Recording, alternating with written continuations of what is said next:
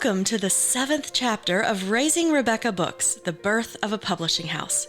This is the audio story of me, Rebecca Seitz, building a traditional, royalty-paying publishing house from the ground up, told to you as it unfolds. In the last episode, I promised to tell you about a very special woman born way back in 1894. Now hang with me because her story plays into the one unfolding now on this podcast, 130 years later. I've told you before that these days I avoid writing out a hard plan and then pushing it into existence. Since turning 40, I've tried to keep open hands, open eyes, and an open mind, enjoying the process of letting the dream come together in its own way, rather than how I might dictate. In some ways, it's hearkening back to how I lived as a child on the old family farm. Back then, I did not chart my course and then go find people to be a part of that journey. No, I woke up and I went through each day, enjoying it as it happened, bringing an air of curiosity to my experience. There were vague directions in which I was headed, of course: finishing school, having a career, getting married, building a family. But those were visions and dreams, unaccompanied by detailed to-do lists. When did I start thinking I needed to foresee and oversee every single step toward a goal? It's probably a question best contemplated in the pages of my journal. What I've found in returning to this curious, open way of being is that it makes space for truly incredible people to enter the chat. Sometimes there are even people who have already passed on. You're listening to Raising Rebecca Books, The Birth of a Publishing House on the 1C Story Network. 1C is made possible in part by the support of the following sponsor.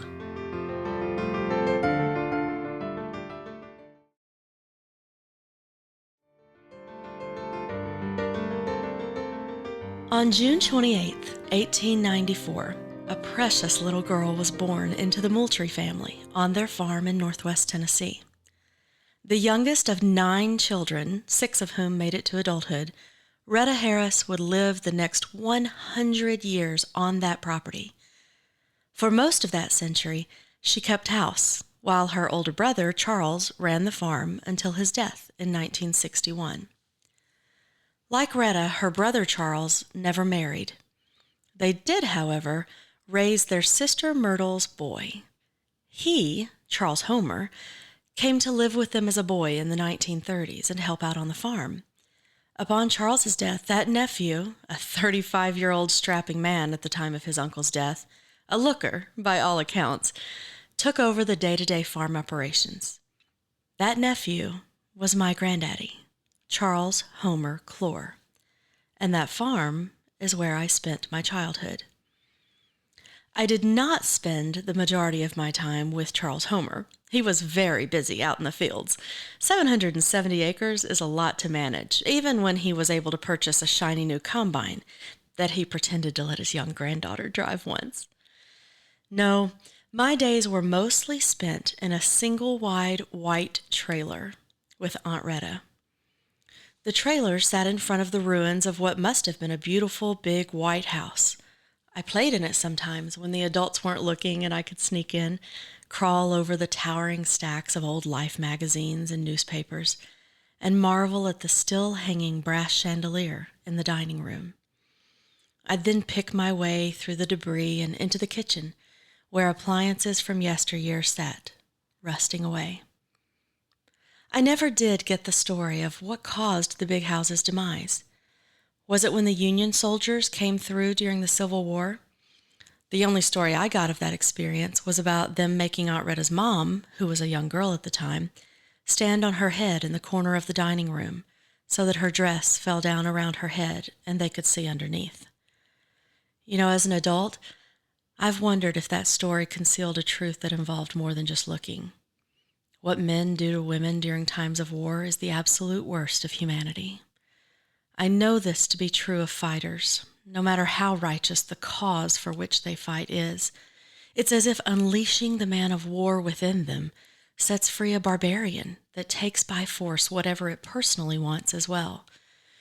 But that too is an idea to contemplate on a different day. I was telling you about those altogether blissful days that I spent with Aunt Retta on the farm. She's the one who birthed the love of story in me. We read old copies of Reader's Digest together, laughing out loud at the all in a day's work and humor and uniform anecdotes, then reading the true stories of survival and inspiration. She'd tell me tales about the first car, the first airplane. She was 9 years old when that happened.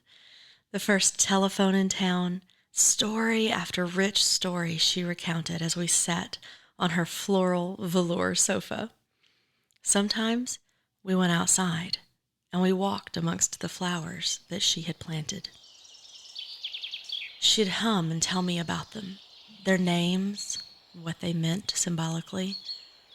On the small bank at the side of her yard, she had planted bulbs in the shape of an M, and each spring the sight of golden daffodils waving in the breeze would herald that for another year a Moultrie enjoyed life on this land. When she grew tired of my little girl chatter and questions, Aunt Retta often put a Nancy Drew or Tom Sawyer story in my hand, an R.C. Cola in the other, and urged me to find a good spot outside. I'd crawl up into the top of the barn and nestle in with my cat, Princess, or flop down beneath a pecan tree and quickly be swept far away by those pages. Back inside, Aunt Retta took me to her bedroom at the far end of the trailer. A corner of the room was dedicated to a built-in dresser that afforded her a few feet of countertop. There, resting in the dappled sunshine from the massive oak tree outside, were Aunt Retta's prized African violets. She hummed to them, the same hymns that she and I sometimes sing together. I can close my eyes right now and still see her finger, gnarled with arthritis, but tipped with nails shining beneath clear polish, sneak in beneath the velvet green leaves to test the soil for moisture. Be careful you don't touch them, she'd advise me in a quiet voice, or the leaves will turn in on themselves and shrivel away. I learned right away that to show a living thing love, you first have to learn how it wants to be loved. That how is unique to every living creature. African violets, for instance, don't want to be stroked and petted. They only want to be fed and sung to. Aunt Retta passed away the summer after my high school graduation. 40 years after those days on the farm find me still growing in my love of story and my stewardship of its power to heal, enlighten, and elevate. Now, why am I telling you about Aunt Retta? Well, let's see if I can explain it in the Reader's Digest condensed version. In the 2 years that I spent exploring the idea of beginning Rebeca Books, several wise, well-meaning friends asked if I would be establishing it as a nonprofit. Their question made sense because I did spend 6 years at the helm of a nonprofit film and television development studio here in Naples. But that experience left me with the sure knowledge that I am more suited to running a for-profit company than a nonprofit. My instincts just tend toward that framework. So no, I would tell my friends, I will not be setting Rebeca Books up as a nonprofit. But the question kept coming up. And not always in the form of a question. It sometimes came as a suggestion, and sometimes a very strong suggestion. And then I got a text one day from Danielle. Yes, that one, the original acquisitions editor here. I'd told her about the nonprofit suggestions that kept coming in, and she happened across a newspaper article regarding a major filmmaker and her nonprofit. It seems the filmmaker, despite the fact that she is a massive success, had run into rejections of her next film project from the major studios. They struggled to see its path to profitability. And she kept telling them, well, her primary motivation for making that film was to spark a needed societal discussion. That's a non-profit motivation, not profit. Which is why, ultimately, she raised the budget for that film with grants made to her non-profit company. Now, we're in the weeds a bit here, so let me just say it plainly. This major filmmaker used a nonprofit she founded to get a film into the world in order to make the world better. She had done what so many kept suggesting to me. Think about the path to media creation from multiple avenues. At that point, my answer to my friends changed. No longer did I reject outright the notion of founding a nonprofit. Instead, I responded with, well, when the right person comes along to lead such a thing, then I'll know it needs done. I guess you could say I adopted that childlike air of curiosity. On January 2nd, I received a note from a stranger via LinkedIn. She had a question about a publishing house at which I'd done some work. Would I be willing to hop on the phone with her for a quick chat? On January 19th, she came to Naples for what would become a 3-hour lunch gabfest at one of my favorite restaurants, which is Ridgway's downtown. I left there that day with a certainty that the woman meant to lead the nonprofit organization dedicated to elevating women, minority, and rural community voices in the story landscape had arrived. And with that certain knowledge, the name for the organization landed gently in my mind. The Retta Collective. A group that approaches living beings first to listen and learn, and then with outstretched hands to help. An organization dedicated to enhancing their voices in the multimedia landscape as stakeholders, as witnesses, as agents of change. A place where cultural equality and justice are addressed through the powerful lens of storytelling.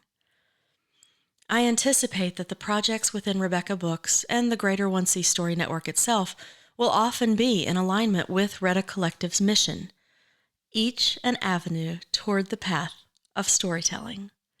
But we'll talk more about that on episode 8, when you'll get to meet its executive director, the woman who messaged me that day, Crystal Canny. Thank you for giving your attention to this unfolding story.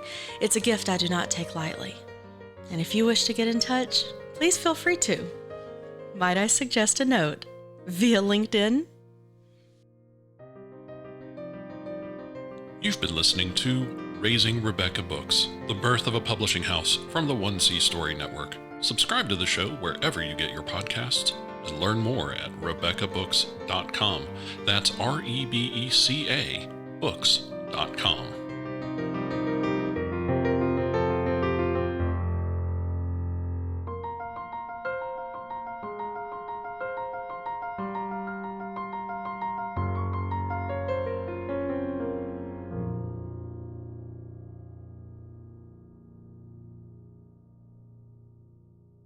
The 1C Story Network, for the love of stories.